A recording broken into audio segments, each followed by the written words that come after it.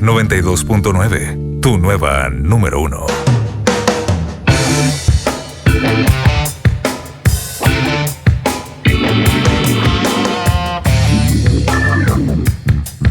De la mañana con 42 minutos. Estábamos hablando de redes sociales, que voy a aprovechar de leer lo que ustedes nos escriben, porque ahí se han subido todos los temas y eso es súper interesante, que tengan opinión permanente.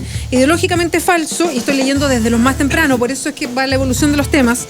Ideológicamente falso en el Twitter, oye, usando el hashtag combinación clave, dice: por caso Milico Gate, el gobierno que esté de turno jamás investigará en profundidad. Ellos temen al ejército y con esa idea se queda. Sigo leyendo otros más que llegan. Ciudadana Ana dice: es muy patudo decir la cosa va mal, es porque se va a votar por la derecha. Sueña, dice. Felipe Gasmuri: Sebastián Piñera ganó esta elección porque fue un voto de desaprobación a la concertación por parte de la ciudadanía, y esa es la impresión que tiene o la lectura que hace. Sergio Escalona dice: caso Noboa, la estrategia que viene será que se declaró culpable para tener juicio corto por motivos de salud. Claudia Martínez: hace un año 60% estaba satisfecho, hoy 70% cree que el país va por mal camino. Eso es por todo lo que se sabe hoy y viene de antes. Alberto Morales dice: la percepción, delincuencia y camioneros fueron juntos. ¿Dónde están ahora?, se pregunta. Gonzalo Castillo dice: es absurdo lo que dices. Y aquí contestándole a otro tuitero dice: Piñera ganó porque el 52% lo apoyó y a Frei lo apoyó el 48%. Eso es todo. Y lo dice respecto al voto castigo que interpretaban, y desde la nueva mayoría decían, en realidad no votaron por Piñera, votaron en contra de nosotros, que fue en un momento, ¿no? Seguimos leyendo. Florecido dice: díganle a Blumen que la percepción la crean los medios al servicio de la derecha. Ejemplo pone la delincuencia. Sigo leyendo otros. Hay algunos de la Fundación Sol. Hay varios tuiteros que se van repitiendo y se van contestando. Entonces eso los dejo ahí para que sigan discutiendo. Raúl Morales dice: Fiscalía está más preocupada por los 3 televisores de Paredes, el camión de nueces de Ríos, y que de los políticos, y lo pone como pregunta. Carlos Muñoz dice: nadie está en contra de la Teletón, pero los datos duros no atienden a más del 10% de personas con alguna discapacidad física, señala. Ernesto Guevara dice: nadie está contra Ayuda Real, ojo, el amparo que entregan a los coludidos de CMPC y por su aporte, señala. Gonzalo Urbina dice: hoy se iluminó Vidal con su comentario, hace tiempo no le escuchaba algo bueno, y manda saludos. Lucky dice: y esperen que se metan en las productoras de leche, todos en 700 pesos aproximadamente el litro, y pone el hashtag curioso. Manuel Barrueto: quitarle centros a SEMA Chile y entregarlos a la Teletón, por ahí va. Amparo Sierra dice: me parece que están haciendo un análisis que hoy no es el día, los centros están ahí, y eso tiene que ver con lo de la Teletón. Ella vuelve a escribir. Rodrigo Troncoso dice: qué fácil es hablar desde los números, pero señor Blumel, no comemos números, le falta un mes con el mínimo. Cristian dice: bien, Tomás Hirsch, el crecimiento no se ve en nuestros bolsillos y encima nos joden en los productos básicos. Y por ahí van todos los Twitter. Muchas gracias a todos los que participan. Hay varios discutiendo entre ellos, hay varios que responden porque nosotros hablamos del tema. Así es que es parte de lo que nos escriben al hashtag combinación clave. Son las 10:45. Quería que me explicaran algo porque me subí tarde al tema y como que no entiendo muy bien. Hay una suerte de polémica por ustedes saben, en Canal 13, en el noticiero, el Ramón Ulloa se ha hecho famoso por hacer una explicación pública de los temas. Algunos, perdona, Tomás, te boté el café, ¿o no? Pero está muy bueno. No te quemé, ¿no? No. Es que yo aleteo cuando hablo, para los el que entusiasmo. Sí, yo soy buena para aletear y aquí justo le pegué en el brazo a toda la gente que venía con el café. Yo el indisciplinado que se para a buscar café todo el rato. No, está bien. Si por eso está en la máquina, es rico el café además. Bueno, estaba contando, Ramón Ulloa, el conductor de Canal 13, de las noticias, hace una sección que es bien interesante, que explica cosas, explica temas, algunos se han vuelto virales de la buena explicación que él da. Está bien armado. Que ya fue un caso emblemático, ¿te acuerdas? Emblemático. Y el otro día hizo este mismo ejercicio poniendo una comparativa. Yo solo vi la lámina, porque para ser bien honesta no vi esa nota, vi la lámina. Una comparativa entre los sueldos del sector público y los sueldos del sector privado. Y esto estaba en origen en un estudio de Clapes UC, que es una plataforma ligada a la Universidad Católica, y ahí hay un tema, si es financiada por la Universidad Católica, como dicen uno, otros dicen que está al alero de la Universidad Católica, en fin. Bueno, son economistas, la mayoría trabaja en la Universidad Católica, tienen esta plataforma, este centro de estudios, en el fondo, económicos, que se ha instalado bastante bien, está liderado por Felipe Larraín, que fue ministro de Hacienda Sebastián Piñera, y es el origen de este estudio. Como hubo críticas, porque el estudio era bien interesante, se mostraban todos los sueldos de los funcionarios públicos de los distintos niveles. Claro. el tipo ejecutivo, administrativo, incluso los más bajos, bastante por encima del mundo privado. Entonces, ya la lámina despertó hartas críticas, varios funcionarios públicos diciendo, oiga, pero no es el sueldo que gano yo. Y también se enfocó harto de la explicación, ¿no? O se buscó explicación en esta agrupación, en Clapes, UC, y se estaba haciendo un uso político. Bueno, en fin, se abrió. Yo me desentiendo un poco porque no entiendo muy bien cómo opera la mecánica. ¿Cómo leyeron? No sé si ustedes entraron a eso y cómo lo leyeron. Yo tengo los datos acá. A mí me sorprendió sobre todo en el nivel de los ejecutivos. Sí, mira, yo fui funcionario público, trabajé primero en una municipalidad y después en entonces tú ministerio. Sabes directamente entonces, eso. Conozco cómo es por dentro. Solo para saber, ¿qué tenía rango como ejecutivo, como administrativo? En el caso de la municipalidad era directivo, ¿ya? Pero en la municipalidad era una municipalidad muy chica, rural, en Futrono, en Lago Ranco. ¿Ya? Y los sueldos en las municipalidades son proporcional al tamaño de la municipalidad. Entonces, en una municipalidad pequeña, los sueldos son más malos porque la escala o la planta, digamos, está construida con grados más bajos. Todos los municipios no tienen los mismos sueldos, Por ejemplo, por ponerlo simple, yo tenía grado 9, porque tuve del 1 al 16. Era alto para esa municipalidad, era bajo, digamos, en comparación a otras municipalidades, pero mi cargo equivalente, la municipalidad Valdivia, que era capital regional, era 2 o 3. Y entonces es proporcional el grado a la remuneración. Perfecto. Y el estudio de Clapes lo que mostraba es lo siguiente, era una comparación entre el sueldo promedio por estamento, sector público y privado. Los directivos del sector público, sueldo promedio, 3.6 millones, sector privado, 1.8 millones. En el caso de los profesionales, 2 millones sector público, 1.3 millones sector privado. Y el de los auxiliares, que es la escala más baja, sector público 624.000 pesos, sector privado 287.000 pesos. Yo creo que esto pareció un poquito lo que pasó cuando fue el debate del registro civil, donde el dato que se conoció fue que el sueldo promedio del servicio es 1.2 millones, 1.200.000 pesos, y que el sueldo mínimo en el registro civil eran 400.000 pesos. Ahora, a mí me parece bien que tengan buenos sueldos en el sector público. Si en el fondo el punto es que en el sector privado sí, obviamente hay sueldos que son súper insuficientes, pero en el sector público han tenido la gracia de una u otra manera de transmitir hacia afuera de que los sueldos son sueldos miserables, entre comillas. El sector público tiene la gracia de que logran reajustar. Pero como tienen poder político sí, y pueden parar servicios y tienen mucha capacidad de presión, han logrado reajustes sistemáticamente que les han permitido incrementar los sueldos, digamos. En todo caso, habría que entrar bastante más a fondo en esas cifras, porque el sector privado, cuando dice el sueldo de los ejecutivos, ¿cómo no se lo llama ejecutivos? Los directivos, 1.8 millones. Claro, eso abarca un conjunto de empresas que va desde pequeñas CMPC o pequeñas, hasta una claro, pyme. hasta CMPC, sí, efectivamente. Entonces, el rango que tú tienes, acuérdate que por las indemnizaciones que han estado pidiendo estos señores Bravo, de Pente, estos otros, son sueldos de 25, 30 y hasta 45 millones de pesos. Entonces, no me diga que el sueldo, claro, puede que un promedio general país, para no poner en duda las cifras, sea ese 1,2 millones. Claro. Pero el rango que abarca eso es gigantesco. En la administración pública está mucho más normado en ese sentido. Es decir, tú tienes un rango bastante más acotado. Es que son por escala, entonces tampoco puede variar mucho más. Claro, no tiene esos casos de 20 millones, 25 millones, bueno, tal vez en algún caso en Codelco, algunas cuestiones por el estilo, pero ni siquiera. Pero en el Estado, el aparato del Estado no tiene eso. No puede aspirar a más de... Mira, mi experiencia como funcionario público es que en la administración del Estado,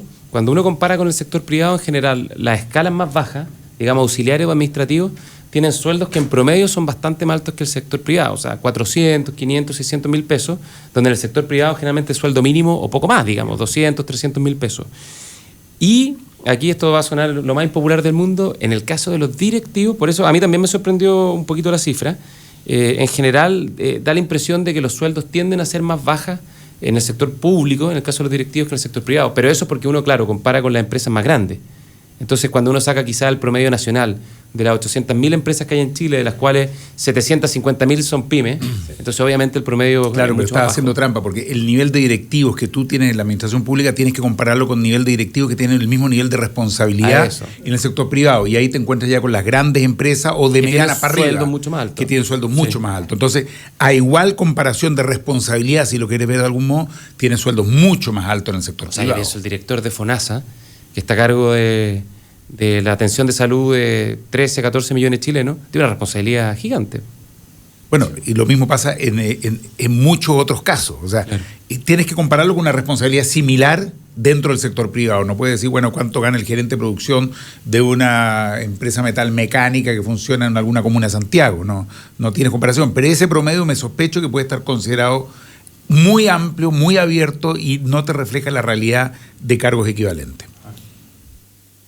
En cualquier caso, a mí me parece que los sueldos en los sectores bajos están muy malos, en la administración pública y en el sector privado. Te diría que los y ese es el fondo de la cuestión. Que todavía no tengamos en Chile, yo no sé, tú sabes mejor la cifra, Gonzalo, pero no sé si 1.600.000 o cuántos que ganan el salario mínimo en Chile. Sí. Son como 800.000 personas. 800.000. Es como el 10% de la fuerza de trabajo. Bueno, a mí me parece chocante. O sea, y cuando te dicen, no, mire, eso lo paga la verdulería a la esquina, y se ha descubierto que muchas de estas grandes empresas pagan el salario mínimo y no hay explicación. O sea, de acuerdo a las teorías económicas que tu sector muchas veces saca a la luz, no se justifica por ningún lado con la rentabilidad que tienen, con la productividad de esos trabajadores, con las ganancias de esas empresas, que estén pagando a 800.000 personas esos salarios miserables. Se lo ha visto esto en el retail, pero se lo ha visto también en industrias que tienen un enorme retorno, en la industria salmonera, en la industria agroindustrial, etcétera. Entonces, me parece que no hay justificación hoy día, y eso habla de una indefensión del mundo del trabajo. Y eso no me parece que estaba tocado en el reportaje que alcancé a ver yo por lo menos una parte. No, yo no lo vi. Entonces yo hago inmediato esa aclaración, solo vi la lámina y vi toda la discusión que se armó después en las redes, que no, yo no, los no empleados entendía públicos mucho. Se indignaron porque en el fondo, sí, en la mitad de la discusión le mostraron cifras que obviamente no eran muy favorables para sus pretensiones. Y que tenían un sesgo. Y que no eran reales en muchos casos. O sea, es que los promedios son así, pues siempre esconden las particularidades. Es que me quedé dando vuelta con algo que decía Tomás. No sé si vieron un artículo, salió hace como 2 semanas en El Mostrador, que se llama ¿Qué cresta le pasa a Chile? Y, sí, así se llama, tal cual. Y que es una mirada a los precios de los productos básicos que uno compra habitualmente en el supermercado. Todo esto surgió a propósito de la colusión del confort. Y se acordaron de un cuadro de un arquitecto que estaba haciendo un posgrado en Londres, creo que todavía lo está haciendo, y que hace 2 años o hace 1 año y medio él sacó una foto, hizo un cuadro comparativo y lo puso en las redes respecto a los precios, porque él, viviendo en Londres, vino a Chile como siempre, toda la gente, bueno, viajó para Navidad, y fue al supermercado y se impresionó con los precios de los productos básicos. Y dijo, oye, pero qué increíble, si esto está más caro que en Londres. Entonces hizo una canasta para ver comparativamente las cosas que uno siempre compra: papel higiénico, aceite, 1 litro de leche, un yogur, fideos, qué sé yo, arroz. Hizo un comparativo de lo que costaba en un supermercado promedio en Chile, lo que costaba en un supermercado barato de Londres, y así tipo mayorista, y un supermercado de precio medio en Londres. Y era impactante como muchos de los precios eran más caros acá, en cualquier supermercado. Entonces volvió a hacer este ejercicio ahora, y volvió a poner un cuadro, y era exactamente lo mismo. Y habían varios analistas diciendo, y apuntaban, y ahí uno se queda con la idea de cuántos sectores estarán poniéndose de acuerdo en los precios. Entonces mostraban, por ejemplo, en el mismo artículo, el caso de los detergentes, que es muy parecido al de la papelera. El 95% del mercado de los detergentes está en manos de 2 compañías y casi exactamente reproduciendo lo que pasa con la papelera. Una tiene el 70% y la otra tiene el 20%, que es Lever y Procter & Gamble. Lever es más grande y Procter & Gamble es la más pequeña, pero tiene exactamente casi lo mismo. Y mostraban un comparativo del aumento de precios de los últimos, creo que eran los últimos 5 años, y el precio, sin justificación por dólar, IPC y por producto base, había subido en un 50%. Entonces, si esos indicadores no te dicen algo que está pasando extraño, porque no se justifica, y así sucesivamente una serie de precios, y uno decía, oye, en realidad, por eso el artículo se llama eso, ¿qué crees que está pasando? Y uno se pregunta, desde la ciudadanía, yo no soy economista ni nada, pero porque había análisis de varios economistas ahí, ¿hay colusión en todos los sectores? Porque efectivamente, y esto mirando así como un poco de percepción, uno va al supermercado o al minimarket o donde haga el pedido semanal o mensual y efectivamente da la sensación que toda la semana está un poquito más caro. Y la diferencia de precio no es muy alta tampoco, independiente de la calidad de los productos. Entre los productos. Exactamente. El pan, la leche, están súper caros. Y por último, además, no entraste en el detalle, además, de la comparación que hacen entre los ingresos, que era bien brutal. Claro, porque al final de este cuadro comparativo ponen el salario, primero el ingreso per cápita, la cifra. El mínimo por país. No, el mínimo es una cuestión escandalosa. Como 4 veces, allá es como 4 veces el de acá. Creo que 5 veces. 250 lucas acá, allá era 1.080.000 lucas, el salario mínimo en Londres. Y los precios de los productos básicos eran más caros acá. Era muy impactante. Ahora, sí, lo que sí en Londres, antes de entrar al tema de fondo, hay otras cosas que son carísimas. No, los claro, arriendos, el la vivienda, transporte, eso es Bien, verdad. lo que quieras, posible. Ahora, pero lo que además, sí... eso se reproduce además, y yo lo sé concretamente porque tengo familia en varios países, con Estados Unidos. Con Estados Unidos, tú vas a un supermercado en Nueva York, no al centro de Manhattan, que tiene un sobreprecio, pero en Estados Unidos los precios son mucho más bajos de los precios acá. Se hizo alguien recién una comparación en el mismo caso del papel higiénico, que es casi un cuarto, si no me equivoco. A mí me mandaron el otro día desde México, costaba un quinto lo acá. Un quinto.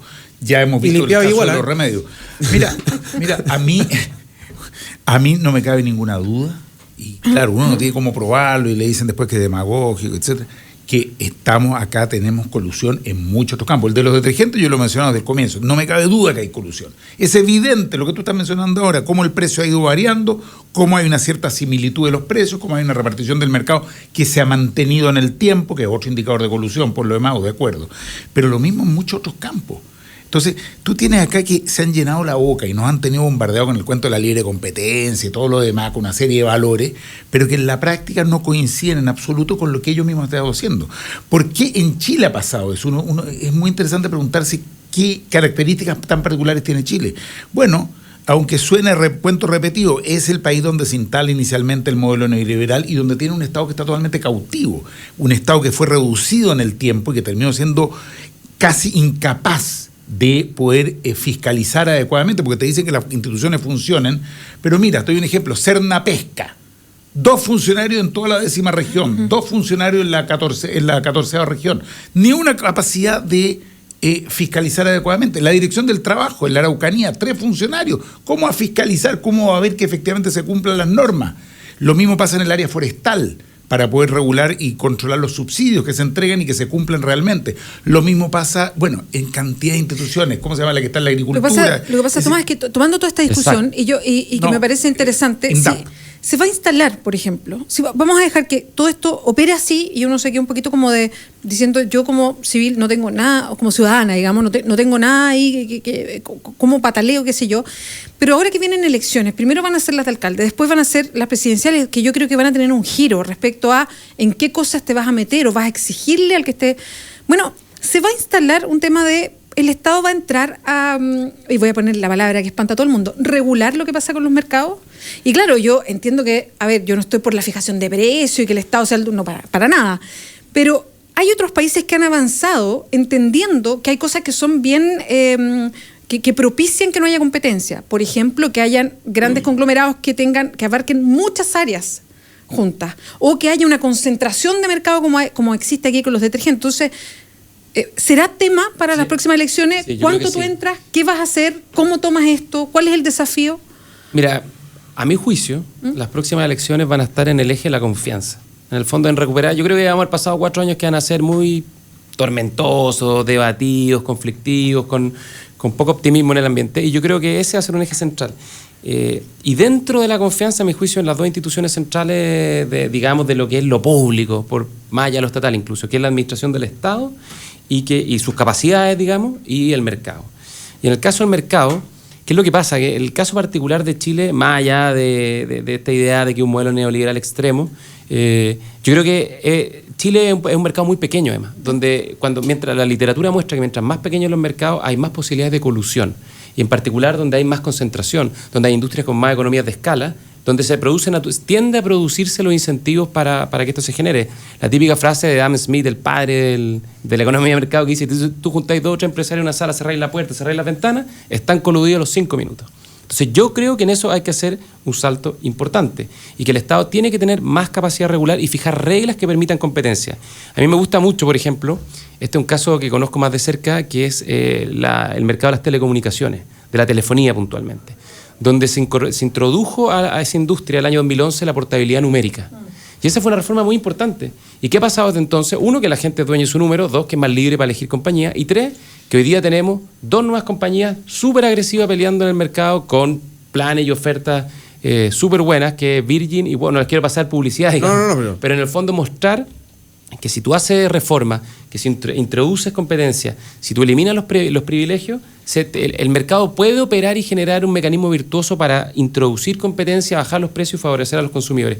Y así como eso, creo que en muchas áreas falta muchas reformas de esa naturaleza, y además darle a la Fiscalía Nacional Económica y al sistema libre de competencia más dientes para ser mucho más duro en la persecución de estos ilícitos. O sea, yo creo que la sanción penal es muy importante en materia de colusión.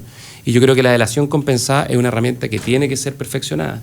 Y en ese sentido creo que hay mucho que hacer, y Estados Unidos es un buen ejemplo, donde, por ejemplo, Madoff burló, digamos, las reglas del mercado y está condenado a 300 años de cárcel. Y se va a pasar el resto de los días de su vida en la cárcel. Entonces yo creo que en eso hay un eje central que va a estar presente en la próxima elección.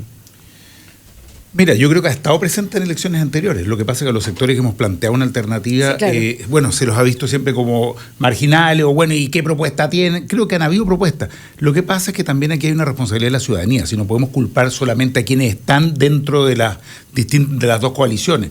La ciudadanía ha creído en un cierto modelo, ha creído que en algún momento le va a tocar también su gotita, su migaja, se ha comprado también el cuento y será hora de despabilarse, de caer en cuenta que por esa vía van a pasar 30 años más y no le va a llegar nunca el famoso desarrollo a su... Entonces tiene que pensar en nuevas opciones, en nuevas posibilidades. Que no estoy hablando y no estoy haciendo propaganda política de un sector, estoy diciendo que la gente tiene que hacerse cargo, tiene que asumir más responsablemente también su futuro y no basarse solamente en la promesa que le hacen en un momento electoral, sino que, por sus obras los conoceréis. Acá hay dos sectores que ya han estado, que han gobernado por mucho tiempo y, si alguien cree que de pronto ahora por obra y magia de alguna denuncia van a cambiar, cada uno tiene que reflexionar sobre el tema. Tomás Hirsch, Gonzalo Blumel, muchas gracias por acompañarnos esta mañana de viernes. Que lo pasen bien el fin de semana. Nos volvemos a encontrar la próxima semana. Espero que... No, pero nada, yo le iba a decir que la semana no se les pase tan rápido, pero no sé si uno quiere que se le pase tan rápido la semana. No, que pase bien, que pase feliz. Viene una semana de verano, dicen, bien calurosa. Sí, empieza mañana con 32 grados. No, y hablaban de que no va a bajar de 32. Tú vas a estar feliz. Entonces. Anoche llovió en algunas partes. Llovió. Uy, en mi casa llovió. Sí, en mi casa llovió también harto. ¿En serio? ¿Y dónde vives tú? Cerca de la Rotonda Atenas. Colón. No, yo por mi casa nada. Sí, mira, mañana... Está el viento helado, sí. A mí me cayó un... No, me cayó un aguacero más o menos. ¿En serio? Sí, nosotros también. Sí. ¿Dónde? En las tranqueras con Vitacura. Eso es como... Claro, yo por ahí cerca. Pero no es tanto, sigue siendo... Sí, es más o menos lo mismo, sí. No es la cota 1000. No. Seguimos sin apurarnos hoy. 7B. Ahí. Oye, mañana 29 grados, el domingo 32, lunes lo mismo, martes también, 31 el miércoles, 30 el jueves, 29 el viernes. Sí. Bueno, Pato, el domingo hay una marcha que es muy interesante. La del cambio climático. La marcha del cambio climático. Sí. Lo vi. Es a las 11 de la mañana. Sí, a las 11 de la mañana, desde la Alameda con Ahumada, se camina poquito, no es de estas marchas hacia el antiguo que caminan con 800 cuadras. De Alameda con Ahumada, Alameda, Miraflora, al Parque Forestal, y ahí hay a las 11. Esto sí que no tiene con los políticos, así que aquí puede ir derecha, izquierda, unida, ahí podemos estar todos. Creo que un tema que nos debiera unir a todos es contra el tema del cambio climático, que está afectando realmente, estamos hablando, está bien que hayan 33 grados, pero la verdad es que la situación es compleja, es grave. Se dice que este es uno de los años más calurosos a nivel histórico, y además las sequías que se prevén son graves. Entonces están todos invitados, con familia, con guagua, pero aquí va a haber bronceador, gorrito, y va a haber después una serie de recitales ahí en el Parque Forestal. Los grupos no los puedo nombrar porque son todos grupos jóvenes, nuevos, pero dicen que son re buenos. Pensé que iba a haber después un asado. Pero ahí sí que llegamos todos. No hasta aquí la Bayuna, así que hasta Gonzalo Rojas puede ir. Oye, a propósito de un elemento de contexto, esto es porque ahora se está en París desarrollando, o va a empezar a desarrollarse la COP21, esta reunión de las partes de los países para tratar el cambio climático, y es súper importante, porque en este encuentro, en esta reunión, debiesen fijarse los nuevos términos que le dan continuidad al protocolo de Kioto. El protocolo de Kioto es un protocolo del año 97 que estableció reglas de emisión para los países desarrollados y les ponía límite. Pero Estados Unidos no se subió en ese momento y tampoco se subió Rusia, y mucho menos China, porque no era un país desarrollado. Hace poco Rusia se subió, Estados Unidos hace más poquito se subió también, y además China aceptó compromiso. Y por eso esta reunión es importante, porque es una oportunidad real de establecer límites y empezar, digamos, a trabajar en encauzar este proceso de calentamiento global. Pero no es lo mismo, no basta que los líderes se junten, yo creo que la expresión ciudadana es súper importante. Súper importante. Así que yo por lo menos voy a estar ahí a las 11 en Ahumada con Alameda. Con los líderes reunidos va a estar súper fácil entrar a Francia. Ojalá nadie tenga planificadas vacaciones. Exactamente. Entonces, ¿no? Ya, Tomás, Gonzalo, que les vaya bien. Chao, nos vemos la próxima semana. 11:07, hacemos la pausa, volvemos. ¿Tienes listo tu comentario en redes sociales?